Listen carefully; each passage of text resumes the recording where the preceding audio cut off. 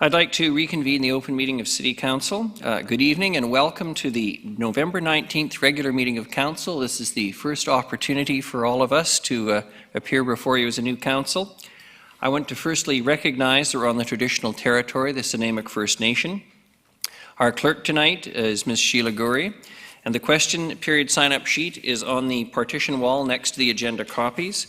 If during the meeting any member of the public or gallery has a question regarding an agenda item, would you please write down your name and the agenda item on the question period sheet. That's the 10th item on our agenda. At the start of the question period, I will call those who have signed up to the podium to address Council. I believe the first item we have is the introduction of late items. Thank you, Worship.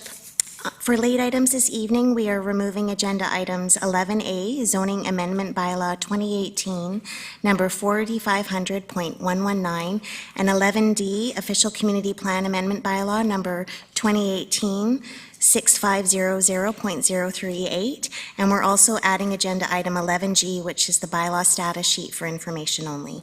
And that's it, Your Worship. Thank you, Ms. Goury. Can I have a motion for the adoption of the agenda as amended? Seconded. Councillor Hemmens. All those in favour? Contrary? Carried. Thank you. On to item 5, which is we require a motion for the adoption of the minutes as presented, which have been made available to everyone. I'd ask for a motion to adopt them, items A through D. Councillor Bonner. Councillor Turley seconded. Any question? All those in favour?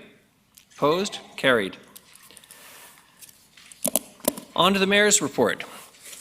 I'm going to be brief simply because most of us on this council have been busily involved in getting oriented, getting a lot of training, figuring out how some of the electronic devices work, and which is a somewhat more challenging proposition for some of us than others.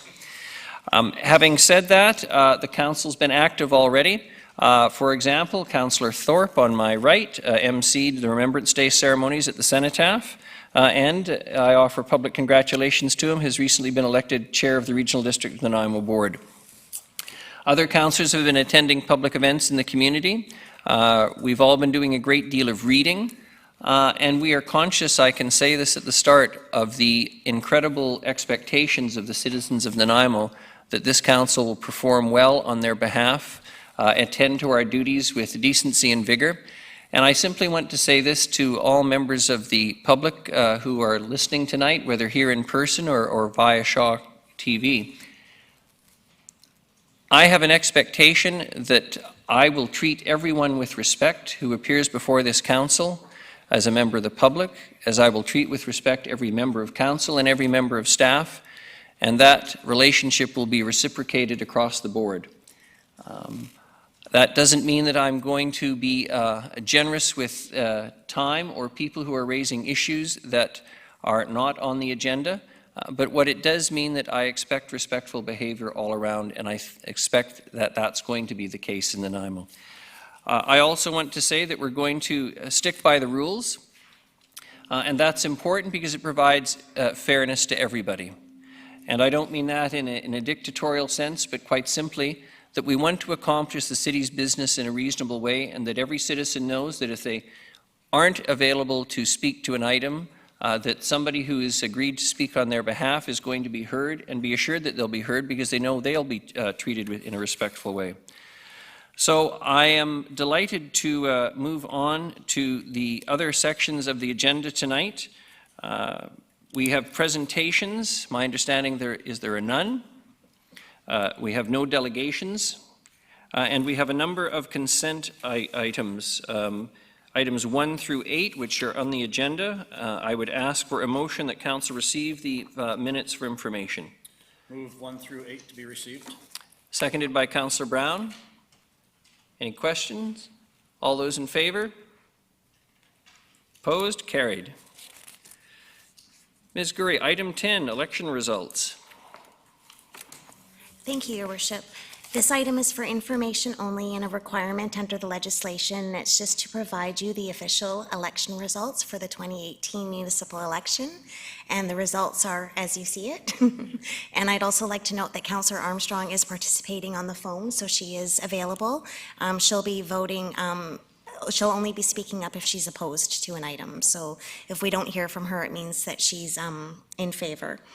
I just wanted to make everybody aware of that. So yes, this report is just to provide you the election results officially. And we require a motion that the 2018 election results report dated November 19th, 2018 be received for information. Moved by Councillor Bonner, seconded by Councillor Turley. Any discussion? All those in favor? Contrary? Motion carried.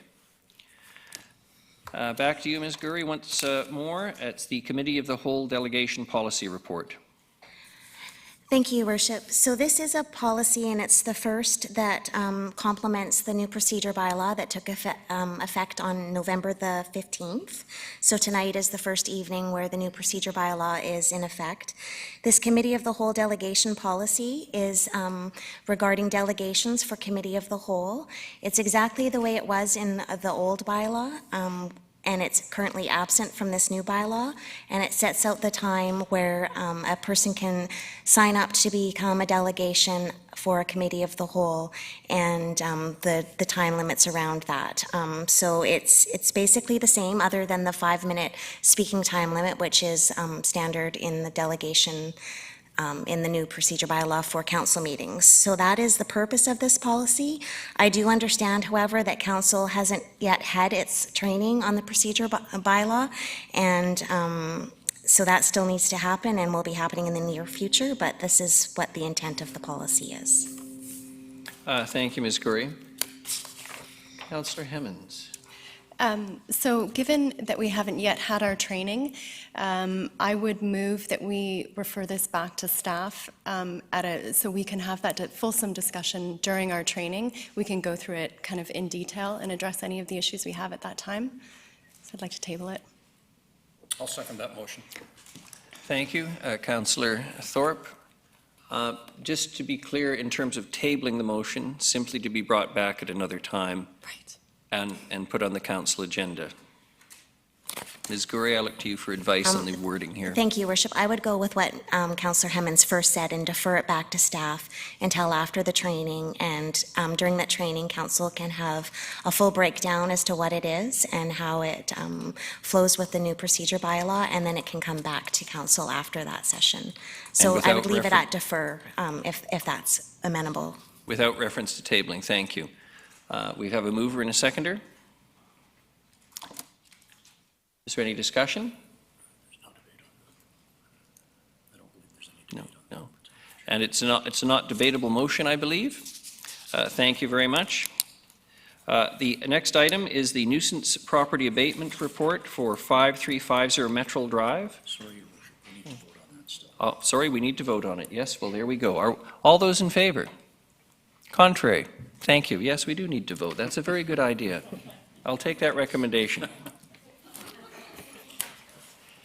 Next item, the nuisance property abatement report on 5350 Metro Drive. Thank you, Your Worship. Good evening, Council. I'm here to report some of the ongoing activities that are occurring at 5350 Metro Drive. These are requiring repeated calls for police and bylaw services. These calls are substantially interfering with the peace and quiet of the community and the enjoyment of property. The RCMP have informed me that they've responded to 58 calls for service to this property since 2009, and probably another 5 since we filed this report about a month ago. The RCMP report that in 2018 they received 20 calls to this property, 10 of which they classified as a nuisance nature.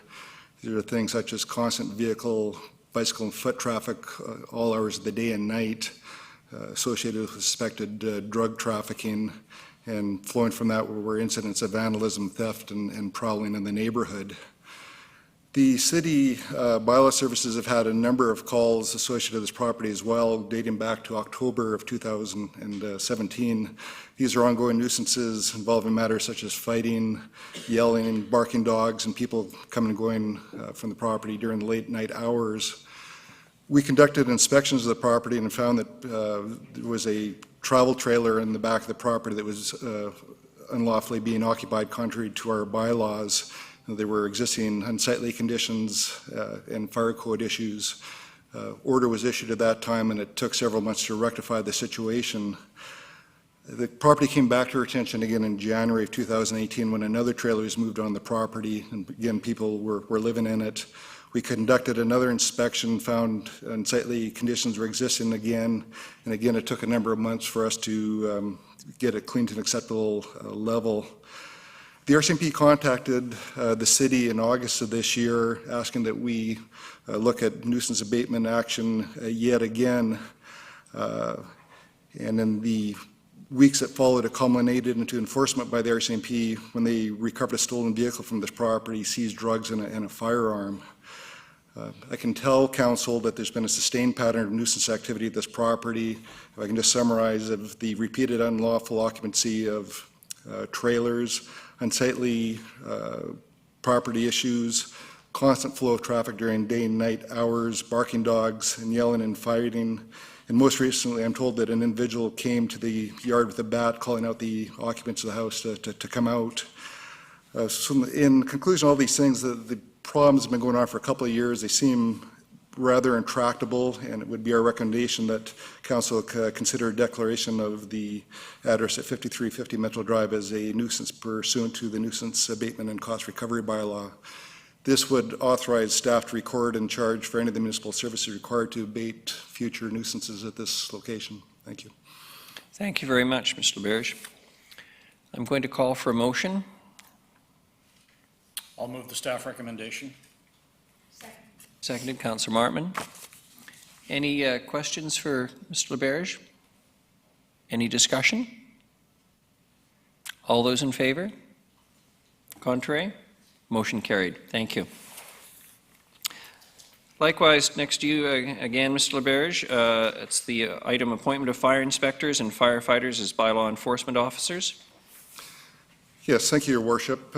Council, this is just a bit of a housekeeping matter on one of our bylaws. In this case, the City of Nanaimo Fire Protection and Life Safety Regulations, bylaw number 7108, just recently came to our attention that in order to have the efficient enforcement of this bylaw, which would include issuing orders and writing tickets, that the fire inspectors and firefighters that go to the fire calls should be declared as bylaw enforcement officers for the purposes of this statute in order to engage in the ticketing processes. This is just a procedural deficiency that existed, and council can pass a resolution that any class of person, in this case being fire inspectors and firefighters, could be designated as bylaw officers for this purpose. This can be addressed in a timely manner, and it won't incur any additional costs, and it relates to matters of protection of life and property. Thank you. Thank you very much.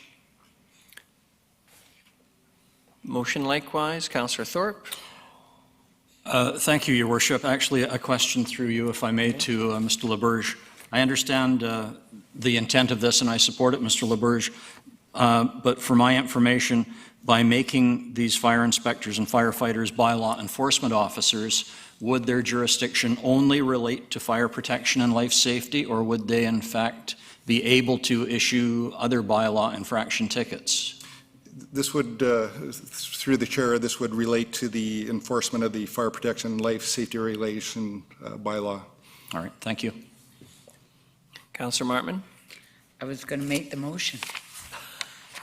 Is that okay, or If should there's we? no further questions, please do. That Yes. council appoint fire inspectors and firefighters as bylaw enforcement officers to enforce the provisions of City of Nanaimo Fire Protection and Life Safety Regulations bylaw 2011, number 7108. And a seconder, Councillor Hemmens. Any discussion? All those in favor? Contrary? Motion carried. The next is the 440 Selby Street update to the revitalization tax exemption agreement. Mr. Corson?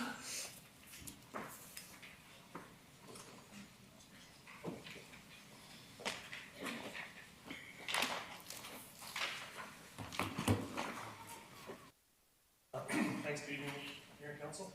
So what I want to do tonight is just provide you a bit of an update. Actually, probably some background, to be honest with you, on the revitalization tax exemption program that we have, just so you get some background on it, and then talk to you about the specific project itself.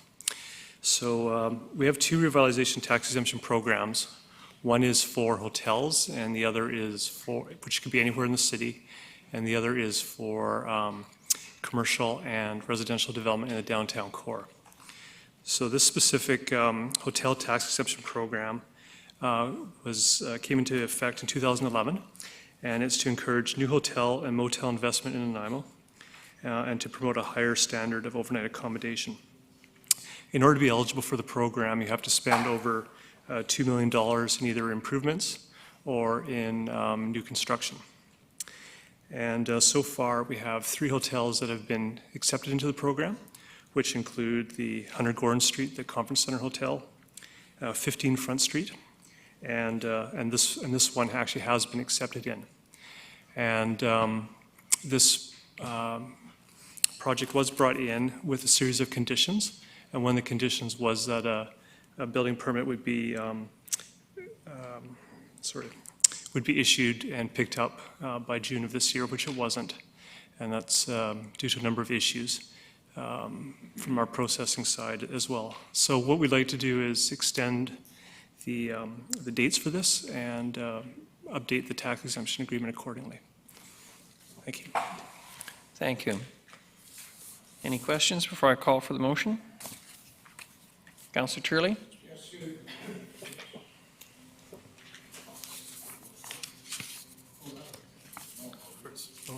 That's what I pushed. The second one. Oh, the second one, okay. So I'm a novice.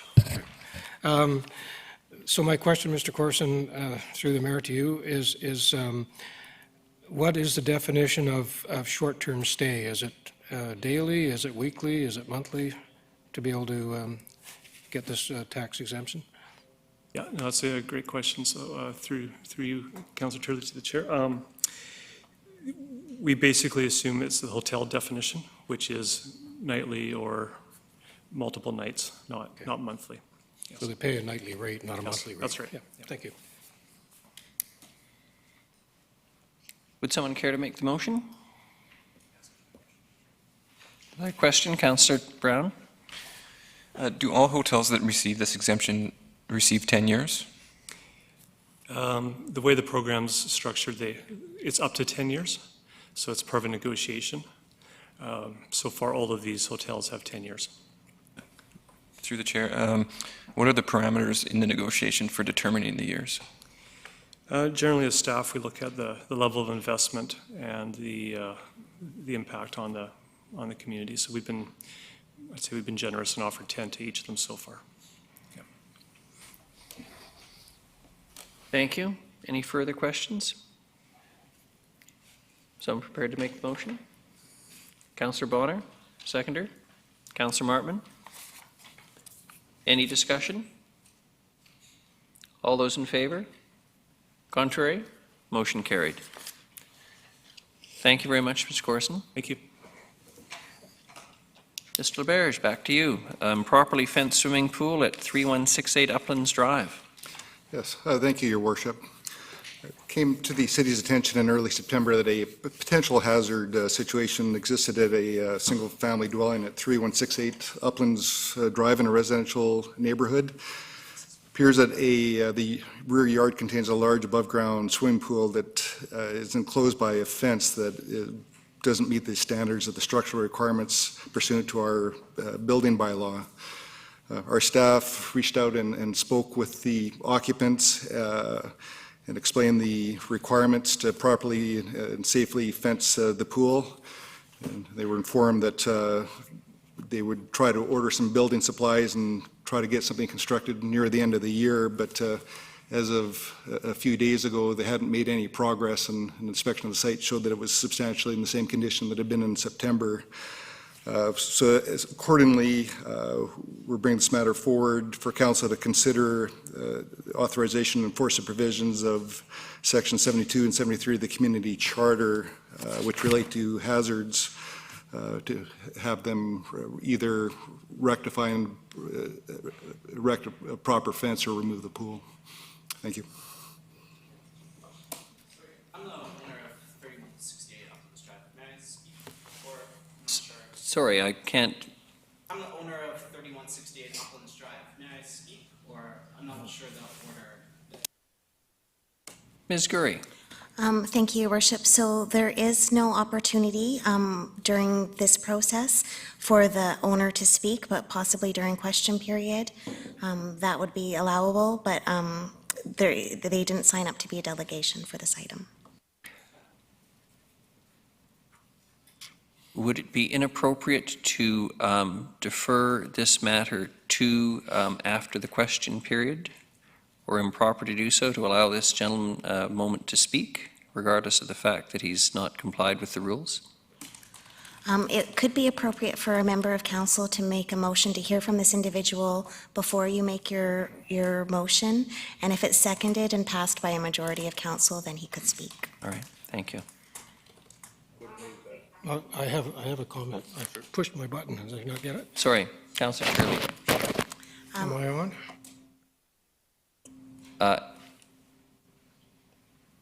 No, yes, you are. Now you are. Now you're off. I'm a now senior you're on. citizen. I'll get that after a while.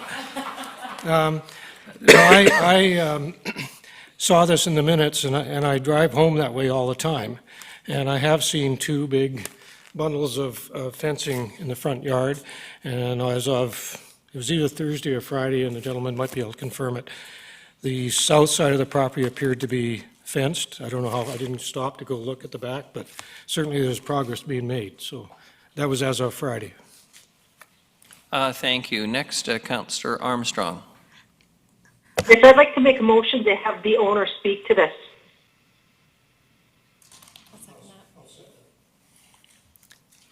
Thank you. So you've made the motion. It's been seconded. Discussion. Go ahead. I think she made a motion for the speaker to speak. The speaker, sorry, I couldn't hear her. That's been seconded. Can that can be dealt with now, or can it be dealt with? Yeah, you can vote on that, and if a majority of council passes that, then you could hear from the homeowner. All right, thank you.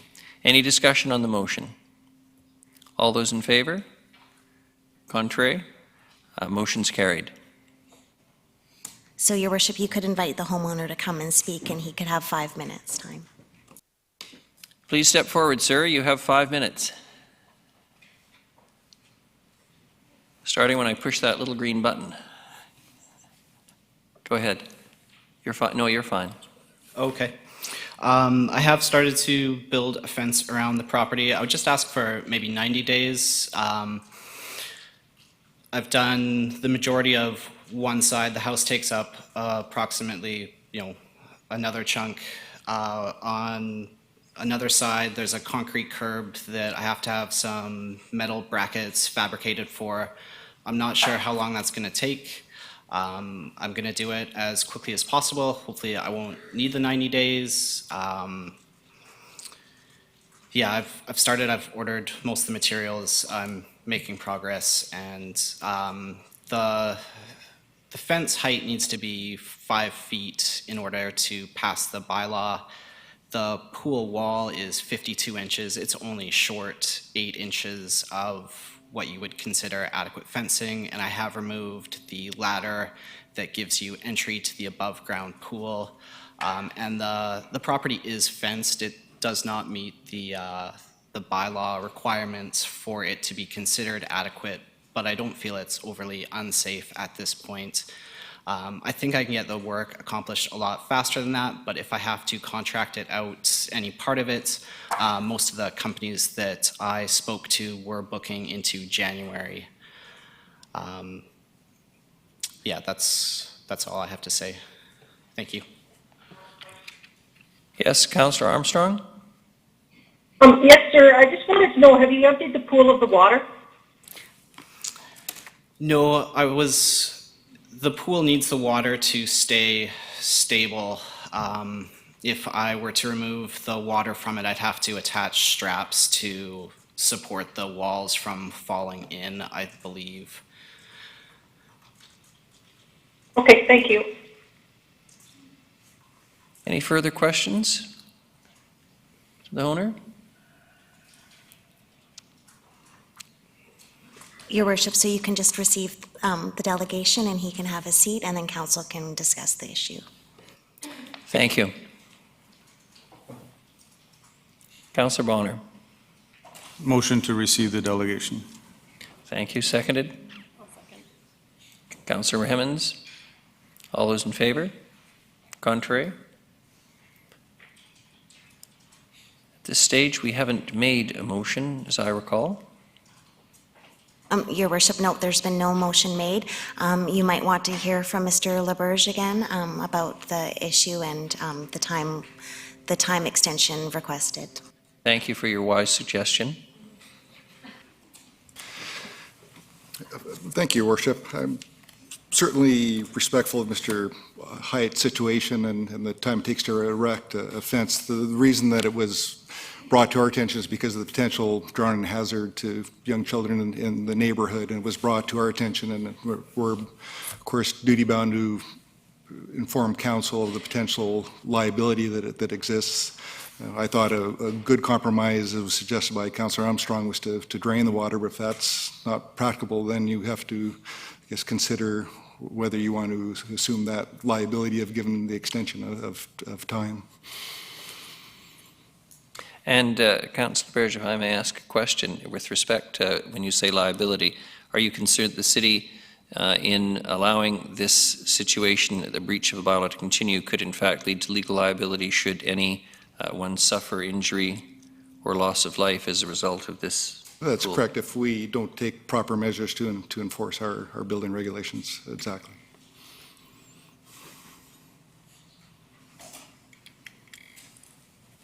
Question, Mr. Kesselbrock. Councillor. Sorry. I'm curious how difficult it would be to get the straps. Maybe through the chair to the delegation? Perhaps you could advise.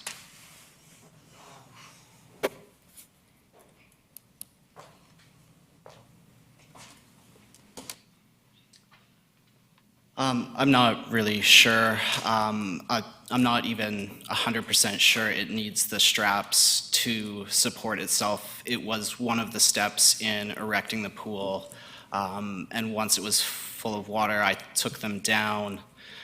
I'm not sure.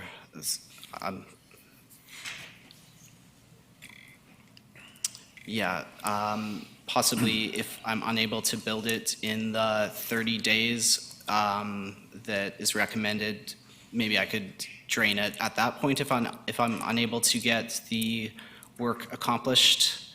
I could then put a pump in and start draining it and strapping it if I haven't erected the fence within 30 days, if that would be acceptable or not.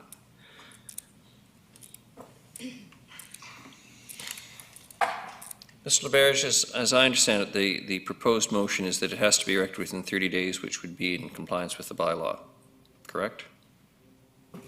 The recommendation is that the work be completed or the pool be taken down within 30 days, yes. Okay. Councillor Bonner, pardon me, Councillor Thorpe, I keep ignoring you. It's all right. Thank you, Your Worship. Through you.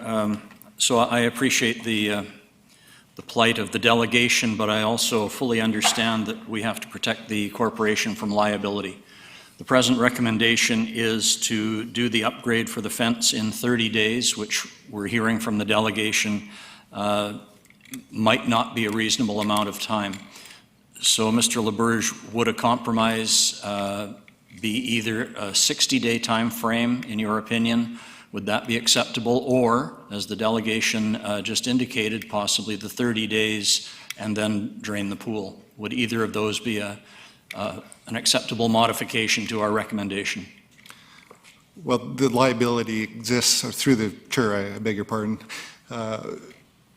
The liability already exists, and this is a matter that has come to our attention and is already 2 months in before it arrived before council. So effectively, it'll be 3 months' time from the time that we first contacted Mr. Hyatt to get this work done. And it's certainly your discretion on what your risk tolerance would be on given further time. Thank you. So I know there's other discussion on this, so my inclination at this point will be to support the staff recommendation. Thank you. Councillor Bonner? Thank you, Your Worship. Through you, sir, to staff, would industrial fencing that you can rent for construction sites allow the owner to comply with the bylaw while he's building the fence? Like I'm suggesting if we surrounded the pool with rental fencing.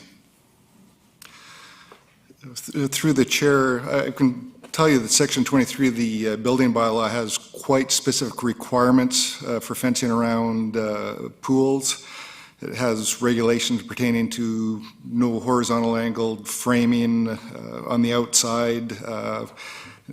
Chain link has to be certain diameters. So I think that the owner would have to speak with the rental companies to see if they had something of a design that satisfied the specific requirements of the building regulation. Your Worship, just to jump in here, thank you. One of the many hats I wear at the city is also liability insurance and our claims. So they're coordinated through our department with our insurer. And now that we are aware of the liability, I would strongly suggest we don't probably lengthen the time frame that we have given, at least not without some legal advice. So I would just recommend that council stick with staff's recommendation on this one. Councillor Turley? Thank you, Your Worship. So my thought on this is that obviously the issue is the water in the pool. So if the fence can't be built in time, you want to prevent people from falling into the pool. So having a mesh wire over the top of the pool secured to the stanchions of the pool, I would think should relieve reliability because you're trying to prevent a person from falling in the pool. And I would think that would be a little more secure than some kid could still climb over the fence. So, but. Thank you. Any further questions? At this point, we still don't have a motion. I'll move the staff recommendation. Seconded by Councillor Brown. Any just further discussion? All those in favor? Contrary? One, motion carried. The next item, item G, the Development Variance Permit Application number DVP 363 for One Port Drive. Mr. Lindsay, please.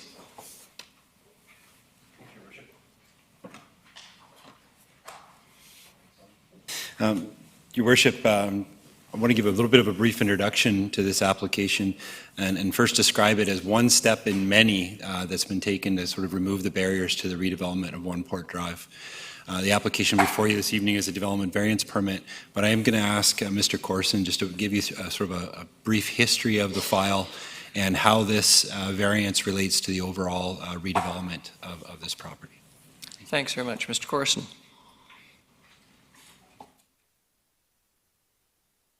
So I think most of council is familiar with this property, as are the public. So this is One Port Drive, which the city purchased from CP Rail in March of 2013. It's 26.7 acres in size, which includes land and water. Dan, could you put the other photo up with the proposed subdivision? Thank you. And so since 2013, a lot of work has been done on this property, and council is probably familiar with a lot of it. We produced something called the South Downtown Waterfront Initiative, which was a master, kind of a guiding principles for the Port Authority lands, the CP lands to the south, plus this parcel. We've done quite a lot of demolition work on the site and tenant lease termination. We've done environmental work on the site to understand the various constraints. And last year, early this year, the master plan for the site was actually adopted. One of the largest challenges to the redevelopment of the site has been these perpetual rights-of-way that block the development of future development. And the C-span right-of-way is the largest one, which is 15.5 acres in size. And we worked with C-span over 2-3 years of negotiations to come to an arrangement that would put us in position to discharge the right-of-way and for us to be able to follow through with the various visions that exist for the site. So in October of this year, Council approved the city entering into an agreement with C-SPAN, which will see this one large parcel broken into 4 parcels. And the 3 that are colored on there will actually transfer to C-SPAN and fee simple. And the remainder of the land, which is almost 17 and a half acres, remains with the city. And so through the arrangement with C-SPAN, the city is responsible for the subdivision and for environmental work, what's called a certificate of compliance for each of those 3 parcels. And so in the purchase and sale agreement, there's a couple of conditions precedent, and one of those is the approval of this development variance permit. And what the development variance permit does is permits the city to subdivide these lands into these 4 parcels without undertaking the various works and services that would normally be required. So if this was a private developer subdividing this property, you'd have to update the sidewalk all along Front Street and put in sidewalks as well as the Front Street extension. And we know that these improvements will be able to be secured at a later date. So by varying them now, we save the taxpayers money at this time. Next steps after this project, after this is, if this were to be approved by council tonight, the closing date for the transaction is April 30th of this year, of next year. And between now and then, the city will be issuing a tender to build what's called the Front Street Extension, which is the road through the site. So that will actually start in probably February. You'll see construction down there, including the waterfront walkway. So I think that's all I have. Unless Mr. Lindsay can think of anything. Thank you. Any questions before I ask for the motion?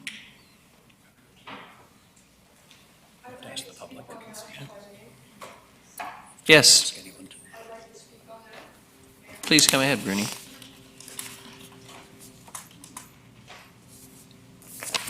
Hi, Bruni, 1300 Stewart Avenue. I'd like to congratulate you all for being able to serve this great city of Nanaimo, and I'd like you to seriously consider a new plan for number 1 Port Drive that is public land, and it must go for the benefit of the public and not a subdivision. Where are you going to put all the cars? And another thing I'd like you to really look at, every building, new building that's going up around town is confiscating public land, green space. It's in the community plan. Look at that building right next to the city. There's nothing but pavement, nothing. Where's our green spaces? You have an opportunity to keep this beautiful city green and do something for people. And I ask you to please consider some other plans on number 1 Port Drive. Thank you. Thanks very much. Any further questions, comments? Councillor Turley. So this is be considered until it's subdivided, and then the work would have to be done once decision is made on it? Is that, am I understanding that correctly? So through the chair, this actually defers the works and services. The works and services are not required at this time. So basically, in the future, if as council you decide to redevelop the remainder of the lands, it would be done by the new developers of those lands. That's, yeah. Thank you. Councillor Thorpe. Thank you, Your Worship. I'll support the staff recommendation. To me, this just makes sense. It's a land transfer. We're simply deferring the works and services until the land gets transferred. It's the next step in the development or redevelopment of this very important area, and it's an important process to move on with. So I will be supporting the recommendation. Thank you. Councillor Hemmons. Thank you. Through you to staff, Councillor Thorpe may have just answered my question, but my sense is that this aligns with the trajectory of the Port 1 Drive Master Plan. This isn't a deviation. This is just kind of steps that we need to get there. That'd be correct, yes. Okay, thank you. Thanks very much. Motion? Councillor Brown, seconded by Councillor Bonner. No. Any discussion? All those in favor? Contrary? Carried. The next item is the development variance permit application number DVP 364-4822 Wally Way. Mr. Lindsay. Thank you, Your Worship. Again, as you mentioned, this is an application for a development variance permit. In this case, maybe I'll ask that attachment, maybe C would be brought up on the screen. So attachment C shows the subject property. We have an existing vacant lot. It's relatively steep to the rear of the property. The applicants are proposing to construct a single-family home. As you can see, it is somewhat of an irregular shaped property, and in order to deal with the property boundaries and to reflect the grade on the property, the applicants are proposing to bring the building forward on the property. So they're asking for a variance to the front yard setback to allow for a garage to reduce the variance, or sorry, the required setback from 6 meters to 4.37 meters. Thank you. Thank you. Any questions for Mr. Lindsay? Anyone else? Would someone like to make the motion, which is the recommendation that the variance be allowed? Councillor Turley, seconded. Councillor Martman. Any discussion? All those in favor?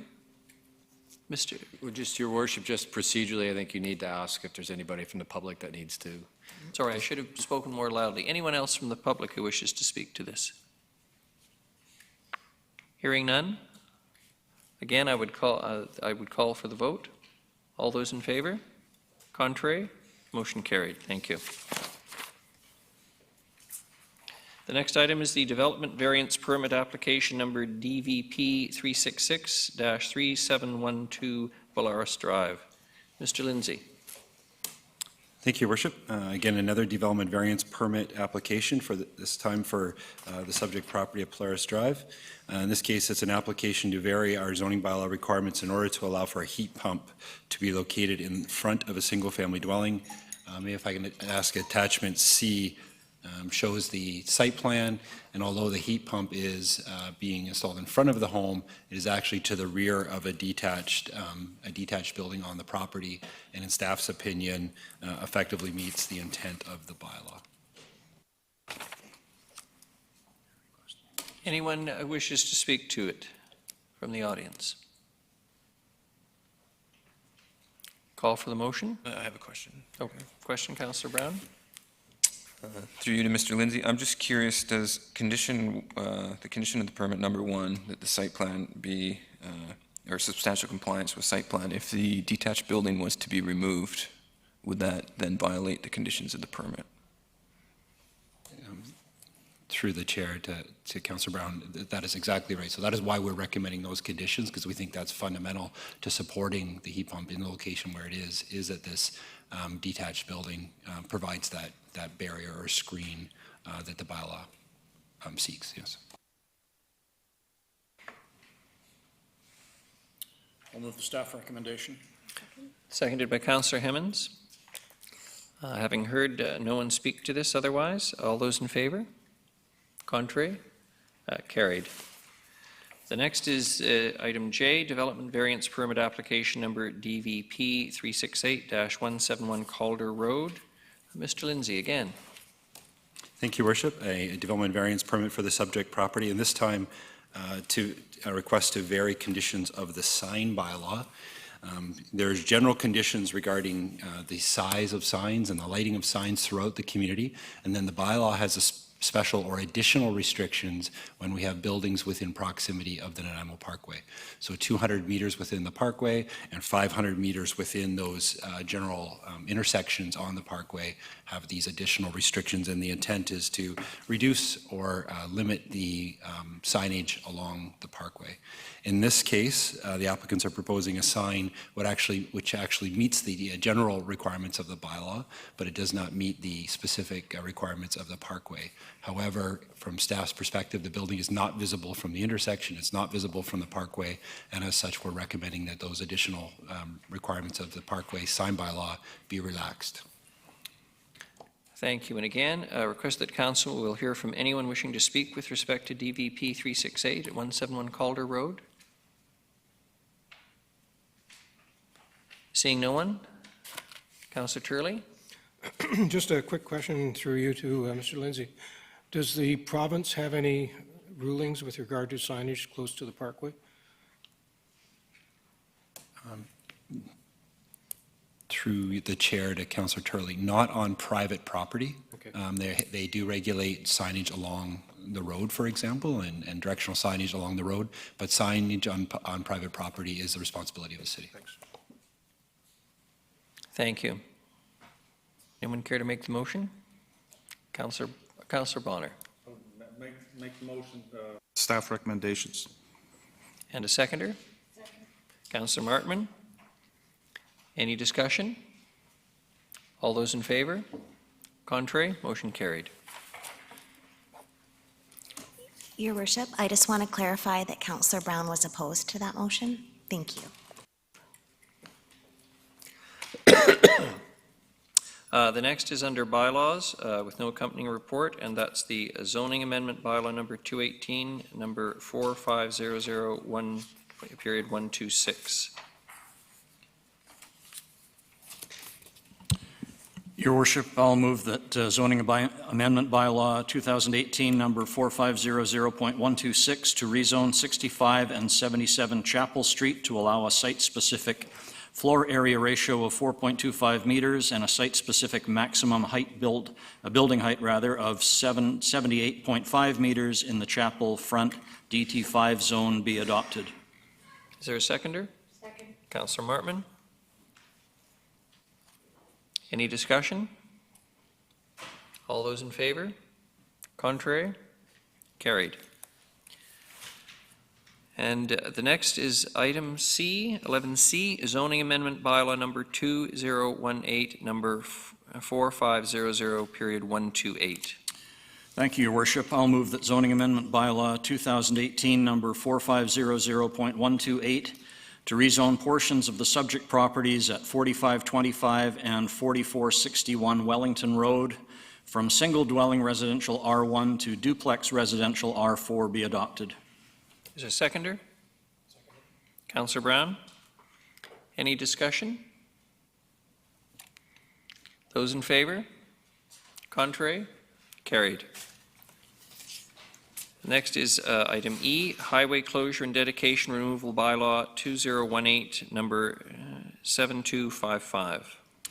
Thank you, Your Worship. I'll move that highway closure and dedication removal bylaw 2018 number 7255 to provide for highway closure and dedication removal of a portion Newcastle Avenue adjacent to 400 Newcastle Avenue be adopted.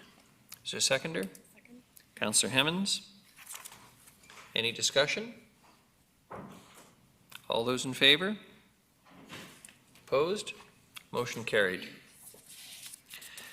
And the final item under this section, highway closure and dedication removal bylaw number 2018, number 7265. Thank you, Your Worship. I move that highway closure and dedication removal bylaw 2018 number 7265 to provide for highway closure and dedication removal of an unnamed lane adjacent to 897 Albert Street and 474 and 478 Pine Street be adopted. Seconded, Councillor Bonner. Any discussion? All those in favor? Sorry, Councillor Turley. The question I have is that when I did a tour of that area a month or two ago, there is a house in amongst the bushes there, and I don't know if the laneway is going to remain so that they can actually access their house or not. Mr. Corson, or through the chair, the lane will remain. The access is off of farther to the south on Pine Street. They'll remain accessing. Thank you. any further questions? So the motion? All those in favor? Contrary? Thank you, carried.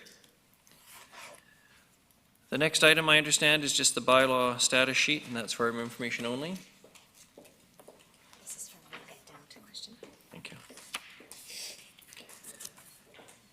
you. We have no correspondence, no notices of motion, no other business. We're into question period. Mr. Barclay.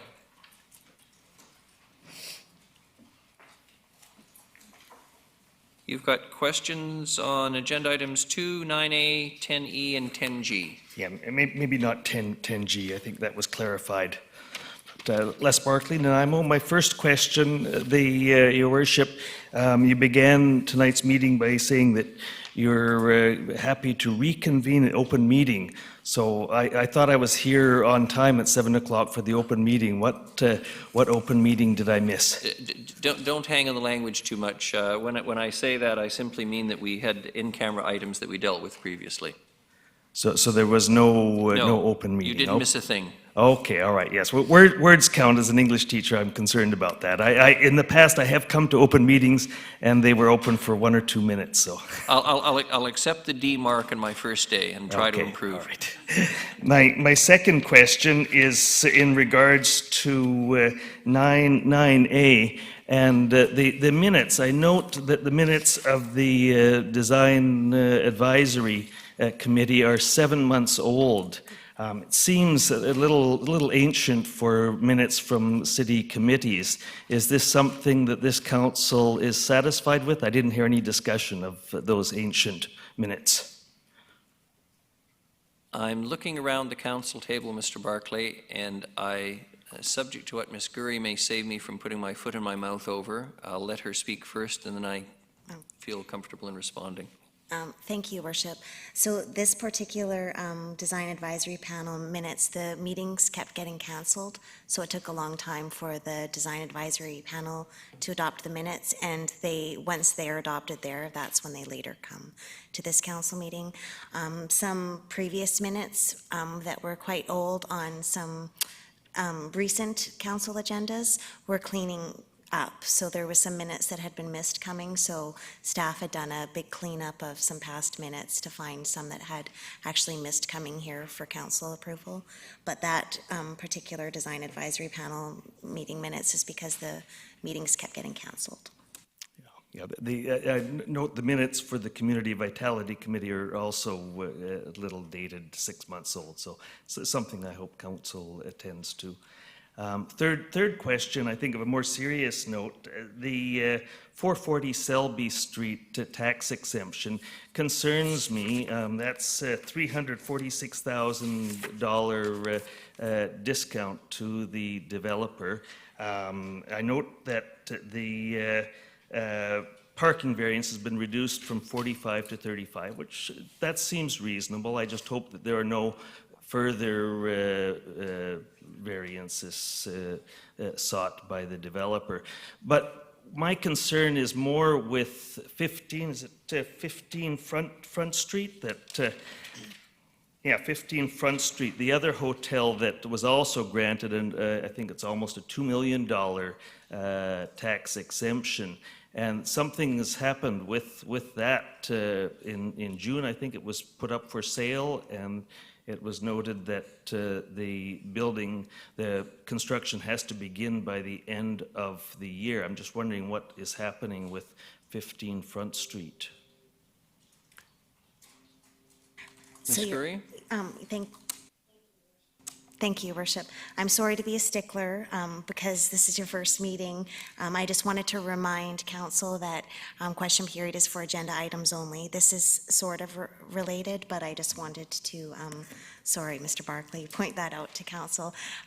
So I'm not sure if staff has the answer to his question or if council would like to proceed, but I just... Notwithstanding the commitment to stick by the rules, I see Mr. Lindsay present here, and perhaps given the I'll call it innocuous nature of the question to some extent. Perhaps Mr. Lindsay could respond. Thank you, Worship. Actually, I'll ask Mr. Mr. Corson.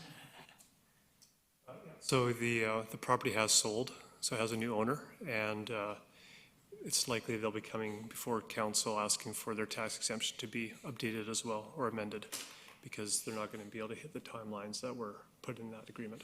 Okay. Yeah, it is a concern of mine when the tax exemptions are granted, and that was with Selby Street, 440 Selby Street. If that is used as a way to sell the property without actually building it, it is a concern. Mm-hmm. And I guess my last question pertains to item 10G. So Ms. Bruni was allowed to speak to that. So is this with any development variance permit, are members of the community allowed to speak to any item coming up, as Ms. Booney did? Thank you, Worship. Through you to the delegation, I can respond to that. Yes, for development variance permits, there is a requirement to ask members of the audience if they wish to speak to it. Okay, this is not something that has to be a motion No. to do. Okay, no, I did note, Your Worship, that with further items, you asked anyone from the public who wants to speak. Okay, I think those are my 4 questions. Thank you. Thank you very much.